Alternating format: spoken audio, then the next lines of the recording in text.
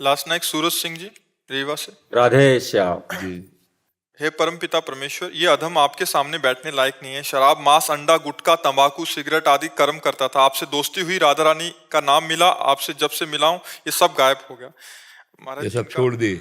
हाँ, बहुत बहादुर आदमी हो। महाराज इनका एक प्रश्न था कि ये और इनकी धर्मपत्नी ने लव मैरिज किया था, हाँ, प्रेम बढ़िया, विवाह कोई किया था, 9 साल तक रिलेशन में रहे, हाँ। बट पवित्र नहीं रह पाए। बहुत कठिनाई हुई, माता पिता की मर्जी से इन्होंने शादी कर दी। बट अभी आपका सत्संग सुनने के बाद इनको एकदम नहीं। पश्चाताप हो रहा है कि माता पिता की आज्ञा से शादी हो गया, वो जिससे प्यार किया उससे हो गया। बढ़िया। बट पहले अपवित्र हो गए थे, ऐसा था कि कह रहे अभी बहुत पश्चाताप हो रहा सबसे है। बढ़िया आप बात मना यह है करते कि जिससे आपकी मित्रता हुई वही आपकी अर्धांगिनी बनी, इसलिए उसमें हमें कोई शिकवा शिकायत नहीं।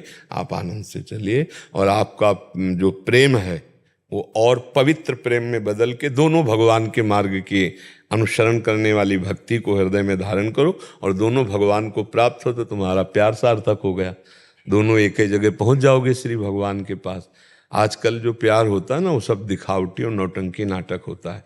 वासना की पूर्ति की, फिर ब्रेकअप कहते हैं। ये ब्रेकअप मतलब शरीर को तुमने क्या समझ रखा है? दोना पत्तल समझ रखा है? अरे ये जीवन चरित्र है।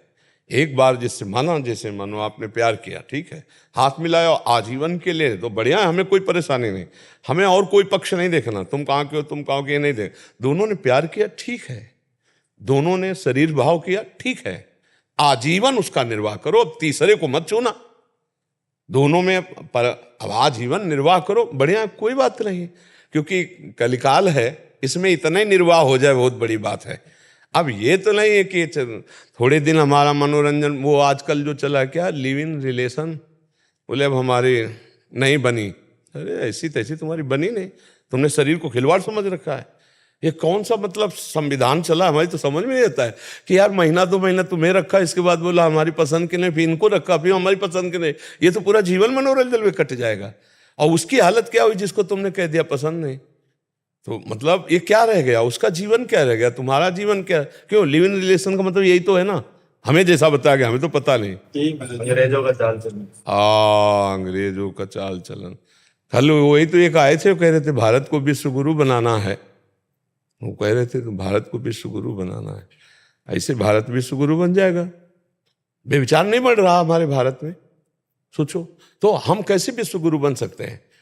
कैसे बन सकते हैं जब हमारे घर में ही पोल है? तो हम घर के गुरु तो बन नहीं पा रहे हैं।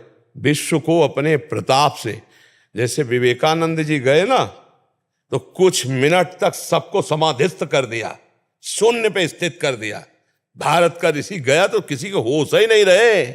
और ये कहा मेरे बहन और भाइयों अंग्रेजी से ना, तो सबके चित्त में ऐसे लगा कि एकदम लूट लिया। और वो नव युवक शरीर, वो तेज, वो ब्रह्मचर्य भारत का जो ऋषि है उसका प्रभाव है। तब सबने माना कि हाँ विश्व गुरु के लिए तो मतलब, तो हमें लगता है कि प्रेम निषेध नहीं, हम भी नहीं करते, इस बात का निषेध नहीं करते। दोस्ती करो लेकिन आजीवन के लिए करो, ये हम पहले से कहते चले आ रहे।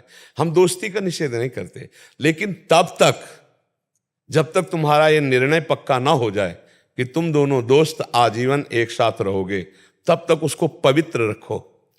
अगर कहीं तुम्हारा मन बदल गया तो वो पवित्र जीवन लेके दूसरे की सेवा में तो जा सकती है, वो अपने अनुकूल वर्ण कर सकती है। आप फिर इसके बाद जब तुमने शरीर का प्रयोग कर लिया, फिर अब तुम्हारी पसंद नहीं रह गई, फिर तो तुम्हारे को स्वीकार ही करना होगा। ये नियम होना चाहिए।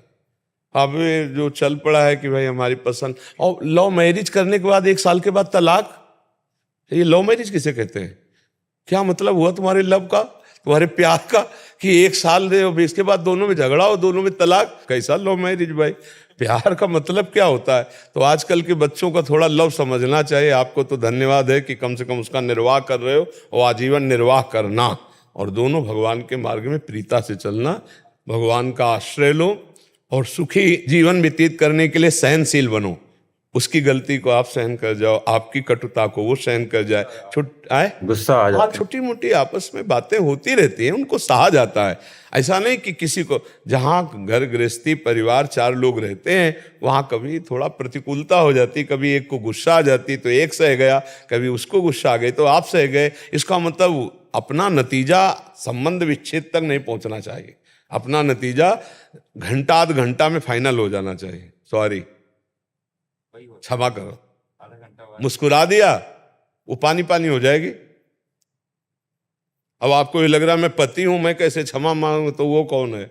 वो भी तो परम पति का अंश है, कोई अंतर थोड़ी है, वो भी तो दैवी शक्ति है। जब आपसे गलती हो गई तो आप राधे श्याम, उनसे गलती हुई तो आप, तो बढ़िया प्यार में जिंदगी। और गलती क्या है, थोड़ी थोड़ी मन की प्रतिकूलता को तो सहना चाहिए एक दूसरे से, और नाम जप करो, बढ़िया चलो। सच्चे वीर यही हो कि अपने अंदर के विकारों को मिटा दें, हैं? जैसे काफ़ी बातें आप बताए कि हमने छोड़ दी, अब अंदर की और बातें जो अध्यात्म में विघ्न डालने वाली, धीरे धीरे उनको समझते हुए त्याग करते हुए भगवान की प्रसन्नता ही, भगवान का साक्षात्कार ही मानव जीवन की पूर्णता है।